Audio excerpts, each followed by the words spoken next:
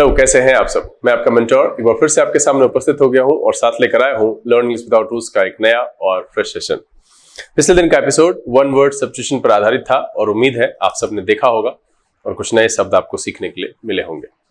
श्रृंखला में आगे बढ़ते हुए आज बारी है मिरर ऑफ कॉमनर के टाइम एंड टेंस चैप्टर के तीसरे हिस्से की। जी हाँ, आज हम यहाँ पर 27वें क्वेश्चन से लेकर के 39वें क्वेश्चन के सॉल्यूशन को आपके सामने रखेंगे, लेकिन उससे पहले आपको 30 सेकंड की एक छोटी सी टेस्ट से गुजरना होगा, जहां पर आप क्वेश्चन को पढ़ेंगे, अपने सूझबूझ के हिसाब से उसका जवाब देने की कोशिश करेंगे। गलत हो जाए तो हम हैं, परेशान नहीं होना है।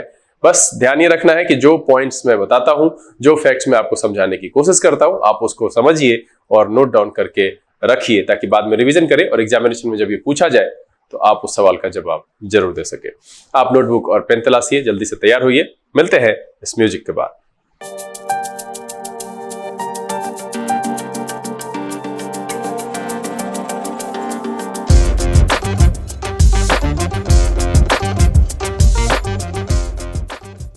आइए हम आज के सेशन की शुरुआत करते हैं और बारी बारी से लाए गए 13 क्वेश्चन को आपके सामने रखते हैं। मैं बस एक ही बात कहूंगा, क्वेश्चन को सॉल्व करने के दौरान डबल माइंडेड होने की जरूरत नहीं है। मेरे से होगा नहीं होगा, आप आराम से जितना पढ़े हैं, सूझबूझ जितनी है, जो कॉन्सेप्ट आपके पास है या जो आपने रूल पढ़ रखा है उसके हिसाब से ही आप सॉल्व कीजिए। बाकी गलत हो जाए तो गौर से जो मैं एक्सप्लेन करता हूं उसको देखिए और लिखिए। सेशन को शुरू करेंगे, लेकिन उससे पहले अगर आप चैनल देख रहे हैं, नए हैं, आपने सब्सक्राइब नहीं किया है, सब्सक्राइब कर लीजिए, बेल आइकन को प्रेस कीजिएगा, नोटिफिकेशन को ऑल पे रखिएगा। और हाँ, एक चीज में जो बहुत कंजूसी है उसको कर दीजिएगा, यानी लाइक और शेयर। इसमें आपका कुछ घटेगा नहीं, लेकिन अगर आप ऐसा करते हैं तो कहीं ना कहीं ये मुझे खींच करके लाता है कि वीडियो आपको पसंद आ रहा है, तो मुझे भी मजा आता है वीडियो आपके सामने लाया जाए ताकि आपके लिए फायदेमंद हो। चलिए सेशन की शुरुआत करेंगे। समय की व्यवस्था कर दें। एक बार फिर से लर्न इंग्लिश विदाउट रूल्स के सेशन में आप सबका स्वागत है। थोड़ी देर, मुझे लगता है 35 से 40 मिनट, क्योंकि सेशन ये थोड़ा लंबा होता है, 13-14 क्वेश्चन सॉल्व करने होते हैं, तो कहीं ना कहीं आपको परेशानी का सामना करना पड़ सकता है। आपको लगता होगा कि सेशन लंबा रहता है, लेकिन बंधु अगर यहाँ पर 5 क्वेश्चन लेकर के आएंगे तो लगभग 700 क्वेश्चन है और 140 सेशन आप देख नहीं पाएंगे, और एग्जामिनेशन पास करना है तो थोड़ा कष्ट तो करना पड़ेगा। तो सेशन को शुरू से अंत तक देखिएगा, हर एक क्वेश्चन बहुत इंपॉर्टेंट है। बाद में आने वाले जो कुछ कॉन्सेप्ट है वो नए भी हैं और मजेदार हैं। चलिए रखते हैं पहला सवाल और आपका समय शुरू होता है अब।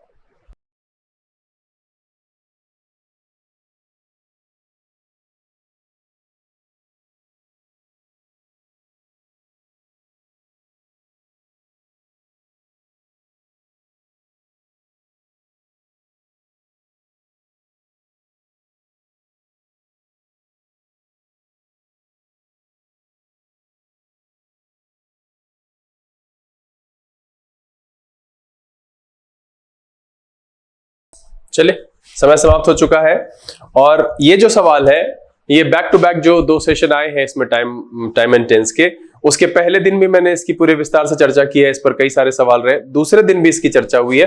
देखिए यहां पर सबसे पहले क्या है, यहां जो सवाल पूछा गया है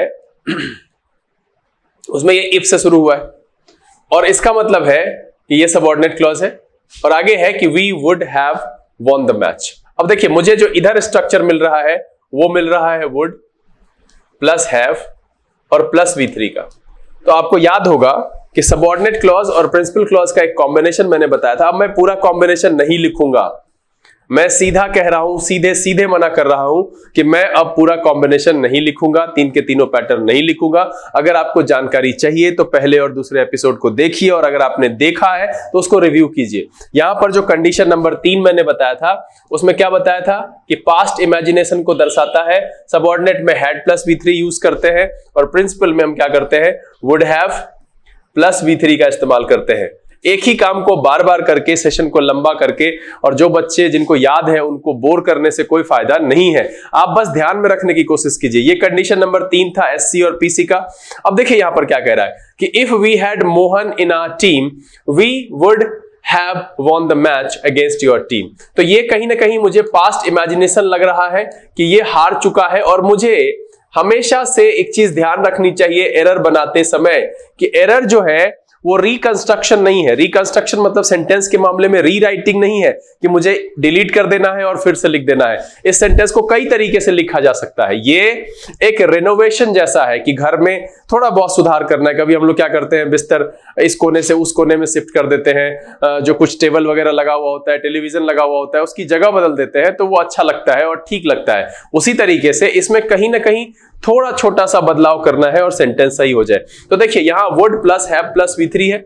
यहां अगर हम इस हैड को एक V3 ऐड कर दें इसके साथ, तो ये मेरा यहां सही हो जाएगा। तो अब देखिए कई जगह पर जो है यहां पर हैड हैड लिखा जाता है, ठीक है, कि if we had had Mohan, तो ये हैड प्लस V3 हो गया। मैं ये कहता हूं कि अगर आप यहां बिन भी लगा देंगे ना तो भी ये चलेगा कि if we had bin Mohan, ठीक है, या फिर if we had selected Mohan. मतलब यह है कि मुझे किसी ना किसी तरीके से इसको पूरा करना है जो कि ए में दिया नहीं गया है। ये गलत है, इसलिए इस सवाल का जो जवाब है बहुत आसानी से दिख रहा है कि इसका जो आंसर है वो क्या है, ए है। ये पास्ट इमेजिनेशन वाला सेंटेंस है जहां पर ए वाले हिस्से में हैड प्लस V3 होना चाहिए। तो आप या तो हैड हैड कर लो, हैड बिन कर लो, या आप उसमें हैड सेलेक्टेड कर लो। किसी भी तरीके से वहां पर हैड प्लस V3 रखो, सेंटेंस सही हो जाएगा। चलिए बढ़ते हैं अगले सवाल की तरफ और आपका समय शुरू होता है अब।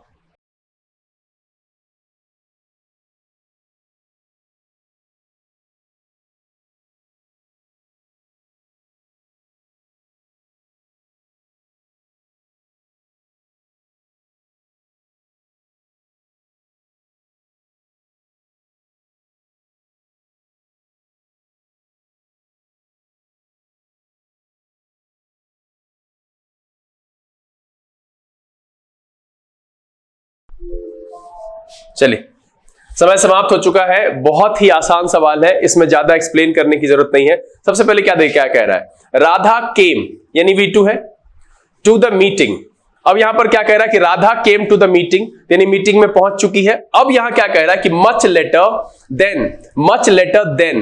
अब देन के बाद यहां पर लिखा हुआ है V1। अब देखिए इसका कॉम्बिनेशन ही यहां नहीं बनता है। ये राधा के आने से पहले की बात है कि मैंने उम्मीद लगाई थी कितने बजे तक आएगी, तो उम्मीद लगाई थी, ये घटना पास्ट की है। और सेंटेंस के हिसाब से देखिएगा तो इसमें क्या करना चाहिए, मुझे एक्सपेक्टेड कर देना चाहिए। और बहुत यहां पर V1 लिखना बिल्कुल अनुचित है। बहुत ही अच्छा सवाल है कि Radha came to the meeting much later than I expected, है ना, हमने जितनी उम्मीद की थी उससे काफी देर से आई। तो बहुत ही आसान है और इसीलिए मैं बच्चों आपको सलाह देता हूं कि न्यूज़पेपर जरूर पढ़ना चाहिए। कम से कम ये एक अंडरस्टैंडिंग डेवलप करता है आपके अंदर कि सेंटेंसेस को कैसे लिखते हैं, कौन सा वर्ब फॉर्म कहां लिखा जाता है, किस तरीके से लिखा जाता है। आपको लगेगा कि सर मुझे समझ में तो आ ही नहीं रहा, तो मैं पढ़ के क्या करूं। देखो धीरे धीरे ही होता है। आप अ से शुरू करके ही यहां तक पहुंचे हैं जहां आप अच्छी हिंदी बोलते हैं। आप जीरो से ही गिनती शुरू करके जो है 100, 1000, लाख तक पहुंचते हैं। आप एक बार में 10,000 से गिनती शुरू नहीं करते। तो सिंपल सी बात समझिए कि कहीं पर भी अगर कुछ सीखना है तो शुरुआत जो है वो जीरो से ही करनी पड़ेगी। तो समझिए इसको क्या कह रहा है कि Radha came to the meeting much later than I expect, नहीं एक्सपेक्टेड। और इसीलिए इस सवाल का जो जवाब है वो है आपका डी। चलिए हम बढ़ते हैं अगले सवाल की तरफ और आपका समय शुरू होता है अब।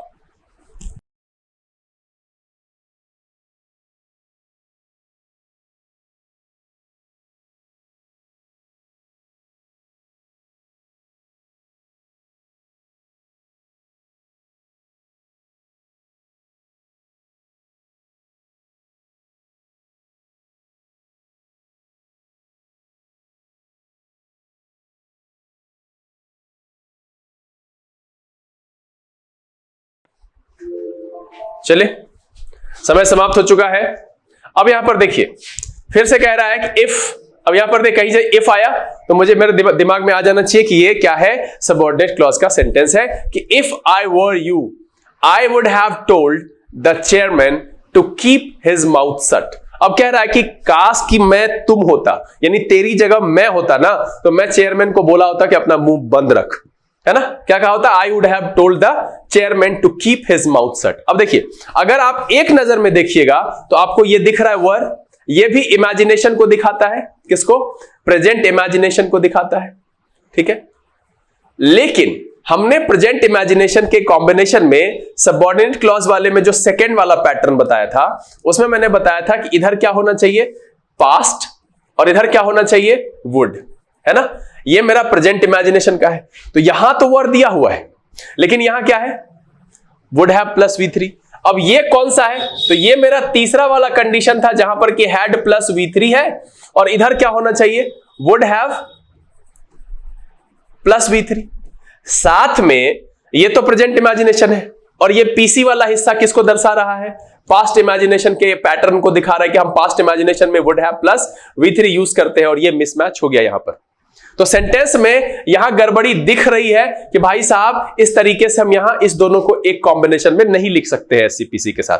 तो अब है कि मुझे यह सोचना है कि मैं इसको किस में चेंज करूं। तो मैंने पहले भी कहा है कि एरर बनाने के लिए छोटे से चेंज को प्रेफर करना चाहिए। मैं एक लाइन बच्चों को सिखाता हूं, मिनिमम चेंज मैक्सिमम इंप्रूवमेंट। ये नहीं, मैंने क्या कहा कि मुझे ये नहीं कहा कि मिटा के इसको लिख दो, कई तरीके से लिखा जा सकता है सेंटेंस को बॉस। तो हम इस चीज को नहीं देखेंगे, हम ये देखेंगे कौन सा छोटा से छोटा बदलाव करें। साथ में सेंटेंस पढ़ के ये लग रहा है कि ये जो बंदा है ना, वो बात को सुन लिया है कि चेयरमैन उसको डांटा और चेयरमैन को ये कुछ बोला नहीं, तो इस बात पर ये बोला कि अगर मैं तेरी जगह होता ना, ये अंडरस्टैंडिंग है, इसलिए मैं कहता हूं कि पेपर पढ़िए। तो ये मेरा ज्यादा लग रहा है प्रेफरेबल कि ये अगर हम इस्तेमाल करते हैं कि मतलब ये सुन लिया कि भैया चेयरमैन तुमको डांटा और तू बोला काहे नहीं कि अपना मुंह बंद रख, मैं तेरी जगह होता तो ये बोलता।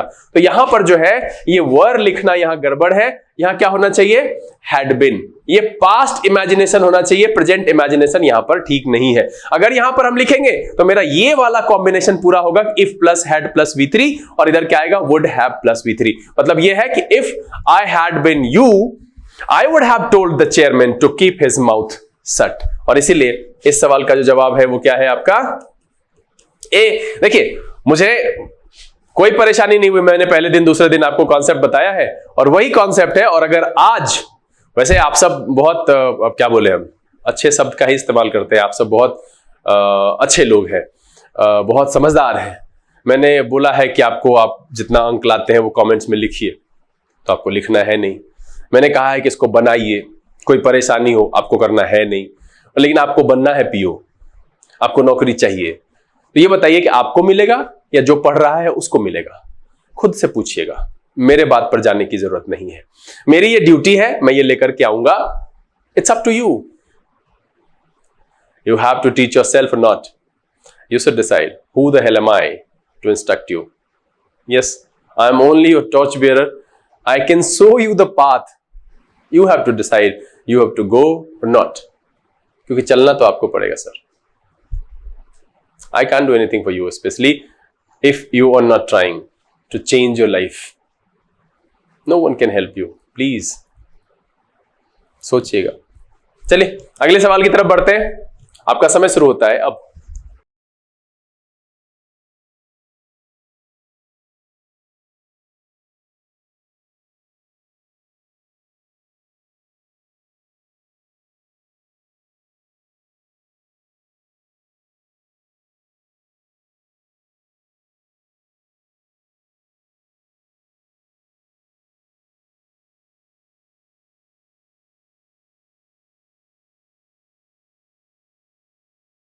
चलिए समय समाप्त हो चुका है, और ये भैया मुझे नहीं लगता है कि किसी का गलत हुआ होगा, और मुझे इसमें कुछ समझाने की जरूरत है, क्योंकि सिनेरियो क्या है ना, प्रेजेंट का है, अभी की सिनेरियो है कि मैं तुमसे कुछ इंस्ट्रक्ट कर रहा हूं, मैंने तुमको कुछ कहा इधर आओ और ये करो, तब इधर आओ ये किए थे, ऐसा नहीं लिख सकते हम पास्ट में। देख क्या कह रहा है, I want V1 you to pick up। अब यहाँ 2 + V1 है, मैंने आपको सिखाया था कि जब हम दूसरे वर्ब का इस्तेमाल करते हैं, एक वर्ब रखते हैं, दूसरे वर्ब को जब हमको रखना होता है तो उसको हम 2 + V1 बना करके रखते हैं।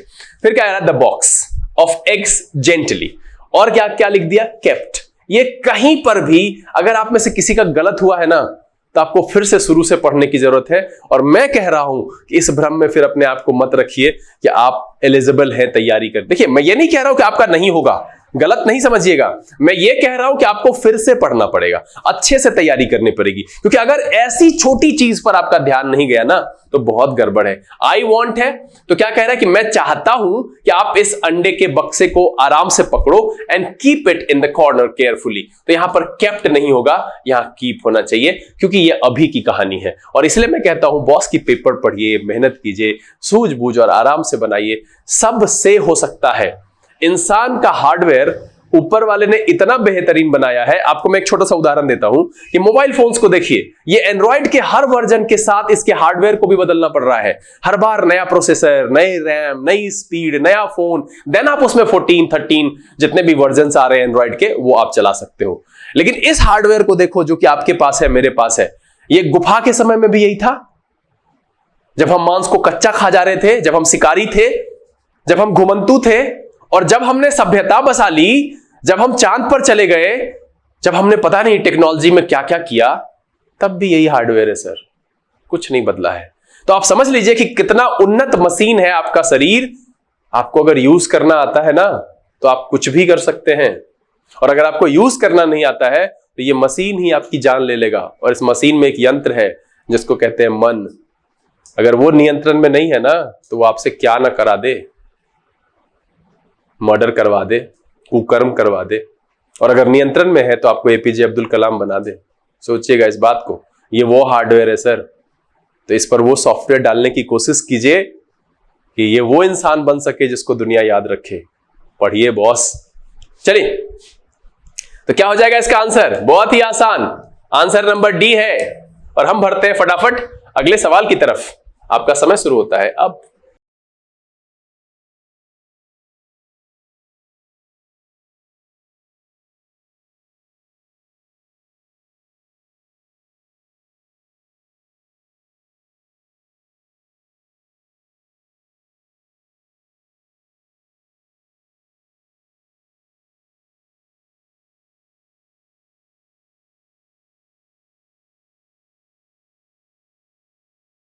चलिए, समय समाप्त हो चुका है। अब देखिए यहां पर क्या कह रहा है, इसको पढ़िए आराम से। पहले हिस्से में कह रहा है द विक्टिम ट्राइड। अब ये ट्राइड क्या है? ये है आपका V2। V2 यानी क्या है? ये पास्ट। और इस सवाल में भी जो कॉन्सेप्ट लगा हुआ है, इसकी चर्चा मैंने पहले दिन भी की है। पहले दिन तो सर्तिया की है, और दूसरे दिन भी शायद एक दो सवाल उस पर था। अब देखिए, टू टेल अस। और मैंने पहले क्या बताया था, इससे पहले भी एक सवाल में चर्चा की कि आगे जब एक वर्ब हम पहले लगा चुके हैं, तो जब मुझे एक्शन, दूसरा एक्शन वर्ड रखना होता है, तो उसको हम नाउन बना करके रखते हैं। और इसके तरीके कई हैं, उसमें सबसे आसान तरीका है टू के साथ आप एक वर्ब फॉर्म को रखिए और वो नाउन की तरह इस्तेमाल होगा। अब कह रहा है अस व्हाट हैज हैपेंड। अब ये जो घटना है, इसी के बारे में वो विक्टिम मुझे बता रहा है। तो ये घटना क्या है? पुरानी है ना, किससे? इस घटना से पुरानी है। और आपको मैंने बताया है कि V2 से पुरानी घटना क्या होती है? वो होती है had प्लस V3। तो यहां पर क्या है कि ये जो V2 लगा हुआ है, इसके साथ में यहां हैज लगाना गड़बड़ है। ये हैज नहीं होगा, इसकी जगह हम क्या लगाएंगे? हैड लगाएंगे। तो एक तो ये पहला तरीका है। और ये पेयर नंबर कौन सा है? पेयर है ये पास्ट वाला।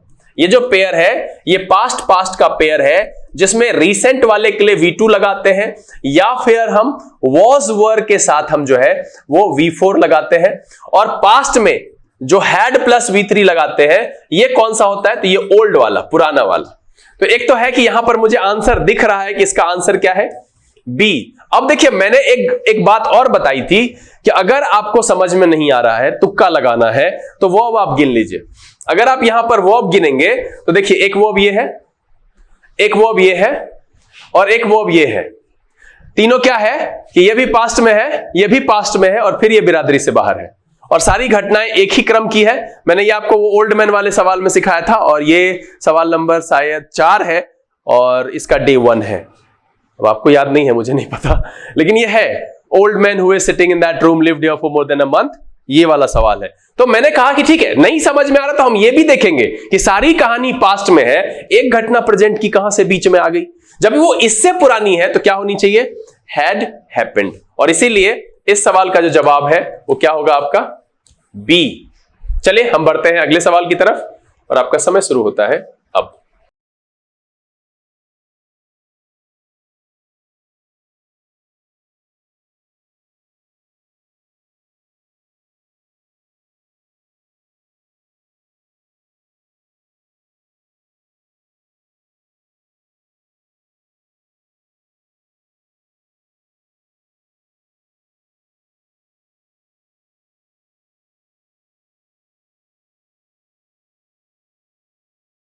चलिए, समय समाप्त हो चुका है, और मेरा भी यहां पर समय समाप्त हो चुका है। हुआ क्या है ना कि क्लास का टाइम है, मैं आया, मैं सोचा शूट कर लेता हूँ, और याद ही नहीं रहा कि ये सेशन जाएगा लंबा। अब बच्चे आ रहे हैं, कुछ तो आते हैं, बस आए, बस घुस जाना है। देख लिया कि बोर्ड पे सर पढ़ा रहे हैं, तो मतलब है कि अरे क्लास छूट गया। वो देखा ही नहीं कैमरा लगा हुआ है, इतना लाइट लगा हुआ है। तो बार बार जो मैं वो ऋतिक रोशन स्टाइल में ऐसे कर रहा हूँ, तो मैं डांस वांस नहीं कर रहा हूँ, उसको अरे थामा थामा मैं बोल रहा था, अभी एक फिर से आया हुआ था। चलिए सवाल पर आते हैं। यार देखिए क्या कह रहा है कि we got everything ready for all of them long before they arrived. अब देखिए यहां पर भी V2 है और यहां पर भी V2 है। मैंने एक तो इस तरह का कॉन्सेप्ट बताया नहीं था, ये दोनों पास्ट है ना, तो पास्ट का पेयर जो मैंने बताया है अभी तुरंत इस सवाल से पहले चर्चा की है, फिर से मुझे नहीं लगता है कि लिखना चाहिए। हैड प्लस V3 की चर्चा की है किसमें, पुराने वाले में, और रिसेंट वाले में किसकी चर्चा की है, V2 की, या नहीं तो was वर प्लस V4 की। लिटरली मैं एक बात बताऊं, आप पढ़ो या ना पढ़ो किसी जगह पर, अगर इस सेशन में मेरे साथ बने रहे ना पूरे मिरर ऑफ कॉमनर में, इतना रूल याद करा दूंगा कि एरर बनेगा। यही देखो कितनी बार चर्चा किया है 3 सेशन में। और अगर अब नहीं याद हो रहा है तो बादाम वादाम खाओ, मुंडी रगड़ो दीवार पे, सुनते तेज होगा, उससे चमकेगा। बचपन में नहीं इसे रगड़ के बजरंग बली निकालते थे, याद है? कौन कौन किया था जरा बताना तो कमेंट बॉक्स में लिख के। यहां इसे रगड़ने से राम जी दिखते हैं। चलो देखो यहां पे क्या कह रहा है कि we got everything ready for all of them long before they arrived. तो ये काम रिसेंट है और ओल्ड वाला कौन सा है, ये है। तो यहां भी V2 है, यहां भी V2 है, दोनों तरफ V2 नहीं हो सकता। यहां क्या करेंगे, यहां लगाएंगे had. We had got everything ready. इसमें क्या हैड प्लस V3 लगाना पुराना, कि भैया हमने पहले ही सब चीज की तैयारी कर ली और काफी पहले कर ली। कह रहा लॉन्ग बिफोर, उसके आने से पहले, तो काफी पहले जो तैयारी कर ली तब वो आए। तो यहां पर अराइव ठीक है, यहां क्या होना चाहिए, वी हैड गॉट। इसलिए इस सवाल का जवाब क्या है, इसका जो जवाब है वो है आपका ए। चलिए बढ़ते हैं अगले सवाल की तरफ और आपका समय शुरू होता है अब।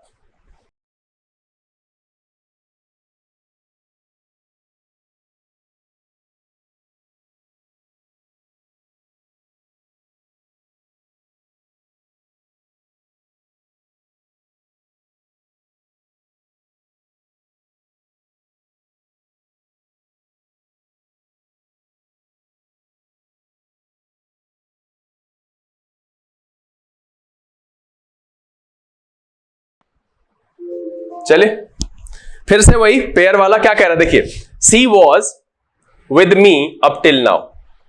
अब यहां अप टिल नाउ जब कह रहा है तो एक तो सबसे पहले इसके साथ ये विवादास्पद नहीं लग रहा है कि अब तक कह रहा है, साथ में V1 का क्या है, नेगेटिव। अब मुझे ये बताइए कि मैंने एक प्रेजेंट का पेयर बताया था। मैं आऊंगा किताब में क्या बताते हैं वो भी मैं आपको बताऊंगा, मैं ऐसे क्यों बता रहा हूं वो भी मैं आपको बताऊंगा। हाँ, एक तरीका इसका है कि मैं सीधे सीधे बता दूं कि अप टिल नाउ जहां वहां लगा हुआ रहता है उसके साथ प्रेजेंट परफेक्ट का इस्तेमाल करते हैं। तो भैया आप इसको रट लीजिएगा ना, और क्वेश्चन सेटर को मन हुआ कि इस बार अप टिल नाउ नहीं कुछ और देते हैं, तो फिर उसके बारे में तो फिर नहीं जानिएगा। तो समझदारी देखिए क्या है, कह रहा है कि she was with me up till now, यानी काम का प्रभाव कहां तक है, वर्तमान तक। और अब कह रहा है सो डोंट, यानी इससे पुराना काम है ये, कि वो अभी तक मेरे पास है, अब जो तुम्हारे पास गई है तो डांटना मत। तो ये जो डांटने की बात है वो अभी कही जा रही है, तो इससे पुराना काम है ये पेयर। तो इसमें क्या था कि हम ओल्ड के साथ क्या लगाते हैं, इसमें था प्रेजेंट में हैज हैव प्लस V3, और इसमें क्या था, या तो था V1 या था V5, और नीचे में या तो इज RM के साथ V4। अब देखिए ये समझदारी अगर आपके पास है तो क्वेश्चन सेटर अप टिल लगाए कि कुछ भी लगाए, हमको शब्द पता हो कि नहीं पता हो। अब इसको हम रटवा दे कि अप टिल नाउ के साथ ये लगता है बेटा कि हैज हैव लगाओ, तो ऐसे नहीं, समझो कि she has been with me up till now, मतलब अब तक वो मेरे पास रही है यहां, अब जो तुम्हारे पास गए तो डोंट रिव्यू कर। तो यहां क्या हो जाएगा, इसको हटाइए और इसको लगाइए हैज बीन। ये इस पेयर पर काम कर रहा है। वैसे अगर आपको याद रखना हो तो रख लीजिएगा कि आप टिल नाउ के साथ लगाते हैं। हाँ, ऐसे ही एक बार पढ़ा रहे थे हम बाढ़ में, सब चीज पढ़ा दिए, कॉन्सेप्ट पढ़ा दिए, यही डॉक्टर के आने के पहले रोगी मर गया, वो इधर उधर वाला नियम चलता था पहले, हम बोले मत लगाना। एगो बचवा आया स्टाइल में खड़ा होकर, आए सर हम जो वही वाला नियम लगाएंगे पुरनका तो क्या होगा? हम कहे कुछ नहीं, लगाओ फिर। हाँ, आधा से ज्यादा लोग इस खाली जानता है कि सड़क पर बाईं तरफ चलना चाहिए। हमको जरा लिख के बताइएगा कमेंट में काहे चलना चाहिए, है पता? सब चल रहा है, बूढ़े बुजुर्ग दादा परदादा बोले हैं तो हम भी चल रहे हैं। लिख के बताना, देखते किस किस को पता है। चलो अगला सवाल, आपका समय शुरू होता है अब।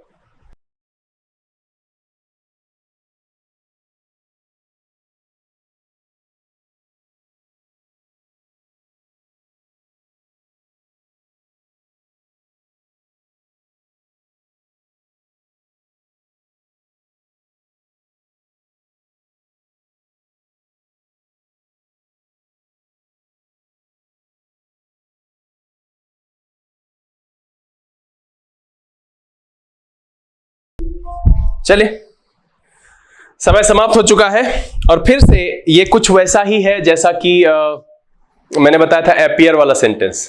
अब ये एडोर, एडमायर, रिले, ये रिलाय, ये सारे शब्द जो होते हैं इसके साथ कंटिन्यूअस का इस्तेमाल नहीं करते हैं। वैसे भी इसका मतलब होता है, ठीक है, अत्यधिक प्रेम करना। I have been adorning, adore का मतलब होता है अत्यधिक प्रेम करना। किस चीज के लिए भाई? Her, for the voice with which she is gifted, मतलब उसको जो आवाज ऊपर वाले की तरफ से गिफ्ट में मिला है, मैं उससे बहुत प्रेम करता हूं उसकी वजह से। तो यहां पर कहीं ना कहीं लव का सेंस है और इसीलिए इसके साथ आईएनजी का इस्तेमाल नहीं होगा। यहां पर क्या होना चाहिए? अडोर्ड, और जब ये हटेगा तो ये भी हटेगा, ठीक है। इसलिए इस सवाल का जो जवाब है वो है आपका आंसर नंबर ए। देखिए, मैं ये सब सवाल को आराम से बता चुका हूं। मैंने पिछले दिन कहा था कि कुछ ऐसे वर्ब होते हैं जो रुक रुक करके चलते हैं, तो हम उसको कंटिन्यूअस करने के लिए आईएनजी लगाते हैं। लेकिन प्यार, घृणा, चाहत, पसंद, नापसंद, देखना, सुनना, अब जो है, जो नहीं जानता है एडोर का मतलब वो लिख दीजिए। इसका मतलब होता है अत्यधिक प्रेम करना, ठीक है, अत्यधिक प्रेम करना, बराबर पूजा करने के जैसा, समझ रहे हो? तो यहां पर जो है उसके साथ आईएनजी नहीं लगेगा। बहुत सिंपल है। अगर आप मीनिंग नहीं जान रहे थे इसलिए फंसे हैं तो अलग बात है, ध्यान में रखिएगा, ठीक है। तो इसका जो आंसर है वो क्या हो गया? आपका ए। चलिए अगला सवाल, और आपका समय शुरू होता है अब।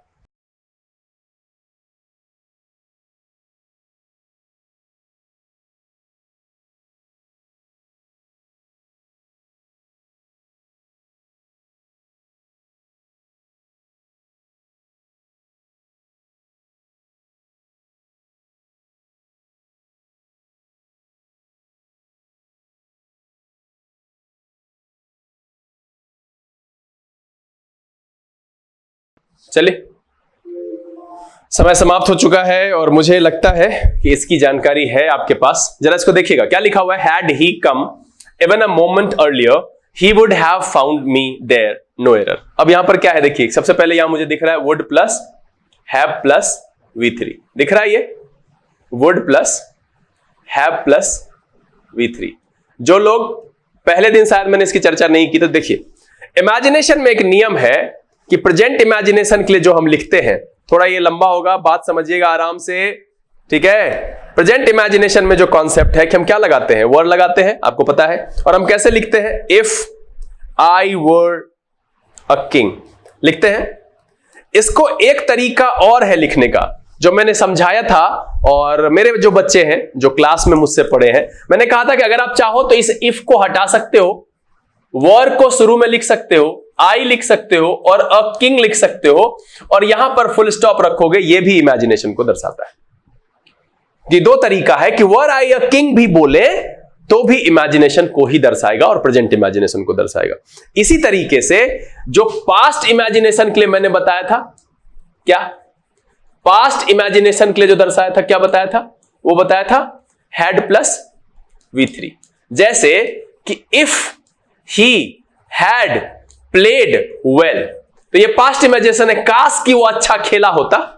तो आप इसको चाहो तो इसको ना लिखो और आप ऐसे भी लिख सकते हो, हैड ही प्लेड वेल। शर्त इसमें क्या है कि यहां क्वेश्चन मार्क नहीं, फुल स्टॉप होना चाहिए। यही दोनों में अंतर है। जो मेन डिफरेंशिएशन है इंटरोगेटिव सेंटेंसेस में और इमेजिनरी सेंटेंसेस में, वो यही है कि देखो यहां पर भी हैड बाहर है, और जरा यहां गौर से देखो, फुल स्टॉप है तो ये मेरा इंटरोगेटिव है नहीं।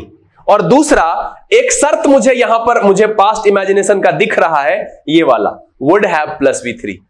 तो मुझे क्या देखना है कि सबऑर्डिनेट क्लॉज में हैड प्लस V3 होना चाहिए, और देखो यहां पर हैड और यहां पर ये V3 है, तो इधर हैड प्लस V3 हो गया और इधर हो गया वुड हैव प्लस V3, कोई गड़बड़ी ही नहीं है। अगर चाहता तो इसको ऐसे लिखता कि इफ ही हैड कम। वो क्या किया ना, आपको फंसाने के चलते ये वाला, ये जो दूसरा वाला है जो मैंने यहां बताया कि आप चाहो तो इफ को छोड़ सकते हो, आप चाहो तो इसमें से भी इफ को छोड़ सकते हो, तो इफ को छोड़ दिया, यहां वर लगाया और यहां क्या लगाया, हैड शुरुआत में लगाया। ध्यान क्या दे रहा है कि लास्ट में फुल स्टॉप रहना चाहिए यहां भी, तो इसलिए इसमें कोई गड़बड़ी ही नहीं है। यहां पर हैड प्लस V3 है, यहां वुड हैव प्लस V3 है, इसलिए इस सवाल का जो जवाब है वो है नो एरर, और जो ऑप्शन है वो है आपका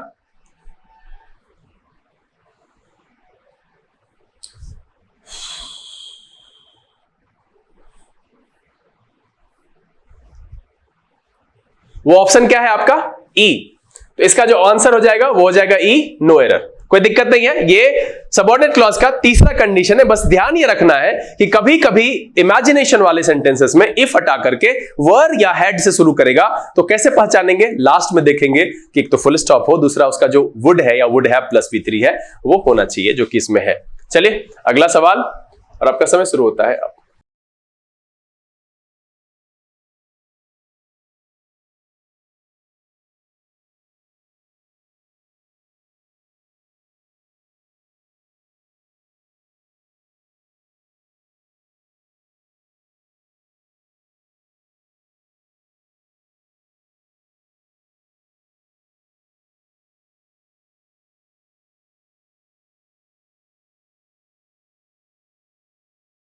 चलिए समय समाप्त हो चुका है। अब देखिए यह सवाल बहुत ही आसान है, और मैं अब पर्सनली जानना चाहता हूं कि किन किन बच्चों का यह सही हुआ है और किस किस ने बनाया है। क्या कह रहा है, देखिए मेनी ऑब्जर्वेशंस है ना indicate that the number of drug addicts is के साथ क्या होना चाहिए, V4। और इसमें ज्यादा डिटेल मैं नहीं करूंगा क्योंकि ये मुझे आता नहीं है, पढ़े नहीं है, रटे नहीं है, नहीं बताएंगे। अगला सवाल, इसलिए इसका आंसर क्या है बता दें।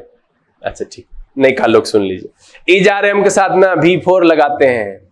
ठीक है, कह रहा है कि ऑब्जर्वेशंस ये बताता है कि ड्रग एडिक्ट की संख्या बढ़ रही है, तो इज ग्रोइंग, ये तो 3-4 साल का बतरू ही बता देगा।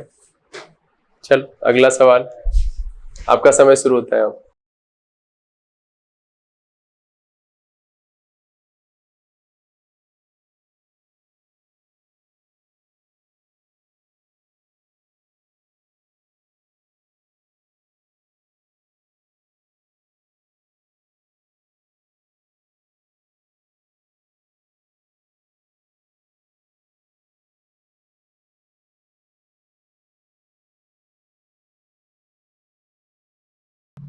चलिए समय समाप्त हो गया।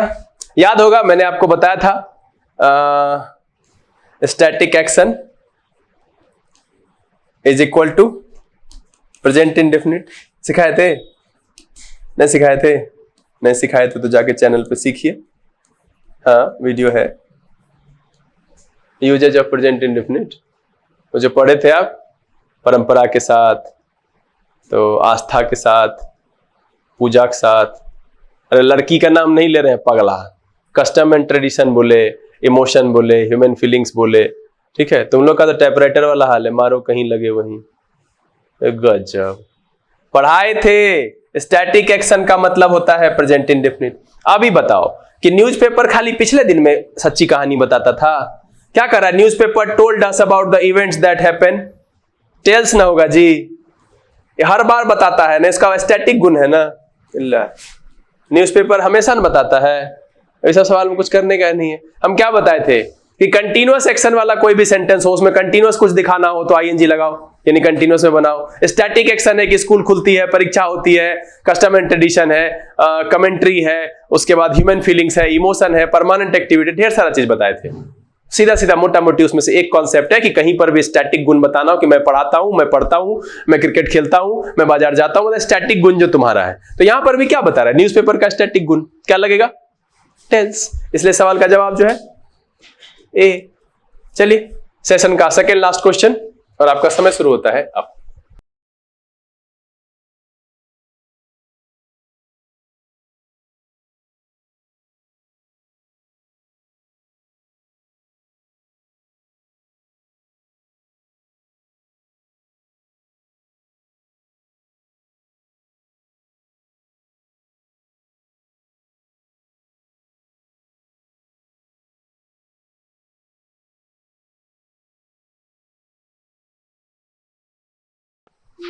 चलिए, समय समाप्त हो चुका है और यहां पर एक नया कॉन्सेप्ट है कि एम्फेटिक सेंस में, याद रखिएगा हम लिखा दे रहे हैं एम्फेटिक सेंस में, इसलिए मैंने कहा था कि अंत में कुछ मजेदार है। ये सवाल पूछता है कि एम्फेटिक सेंस में जोरदार वाक्यों में अगर हम हेयर एंड देयर का प्रयोग करते हैं, हेयर एंड देयर का प्रयोग करते हैं, तो इसके साथ जो है ना प्रेजेंट इंडेफिनिट का ही इस्तेमाल होता है। याद रखिएगा, वो सुने हैं ना, कभी कभी सुनेगा huge round of applause, Here comes the performers, there goes the boys। तो ये जो है प्रेजेंट इंडेफिनिट का यहां पर इस्तेमाल होता है, ये ध्यान में रखना है। छोटा सा कॉन्सेप्ट है कि अगर इसको हम जो है एम्फेटिक सेंस में इस्तेमाल करें तो यहां पर हेयर इज कमिंग नहीं, क्या होना चाहिए, कम्स होना चाहिए। और इसीलिए इस सवाल का जवाब है बहुत ही आसानी से आ गया, इसका आंसर होगा ए। ध्यान रखिएगा कि एम्फेटिक सेंस में अगर इस्तेमाल करना है तो हेयर एंड देयर के साथ क्या करेंगे, प्रेजेंट इंडेफिनिट का प्रयोग। सेशन का आखिरी सवाल और आपका समय शुरू होता है।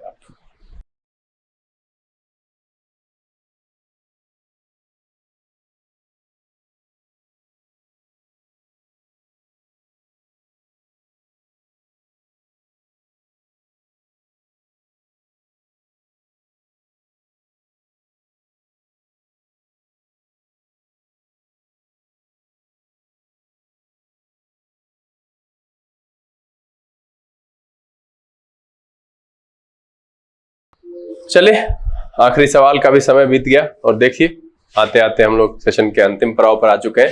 क्या कह रहा है कि ही एडवाइज्ड मी, ये V2 है, to do as he did but I did not pay any attention to his advice. अब देखिए कि ये एक सिक्वेंशियल चेंज लग रहा है और मैंने क्या कहा था कि हम जब पास्ट मतलब पास्ट के सेंटेंसेस में जब हमारे पास टाइम गैप होता है ना, पास्ट का सेंटेंस है और टाइम गैप है कि मेरे स्टेशन पहुंचने से पहले गाड़ी खुल गई, तब हम क्या करते हैं, ओल्ड के साथ क्या लगाते हैं, हैड प्लस V3, और रिसेंट के साथ क्या लगाते हैं, V2 लगाते हैं। यही है ना कि दो पास्ट की घटनाएं हैं और वहां पर जो है हम पुराने वाले में हैड प्लस V3 और रिसेंट वाले में V2 लगाते हैं। लेकिन यहां सिक्वेंशियल नहीं लग रहा है कि उसने सलाह दिया कि जो वो किया हम करें बट हम कुछ नहीं किए।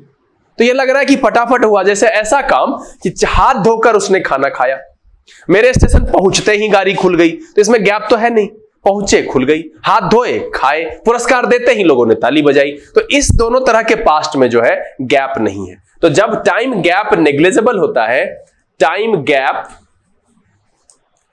नेग्लिजिबल होता है, तो हम क्या करते हैं,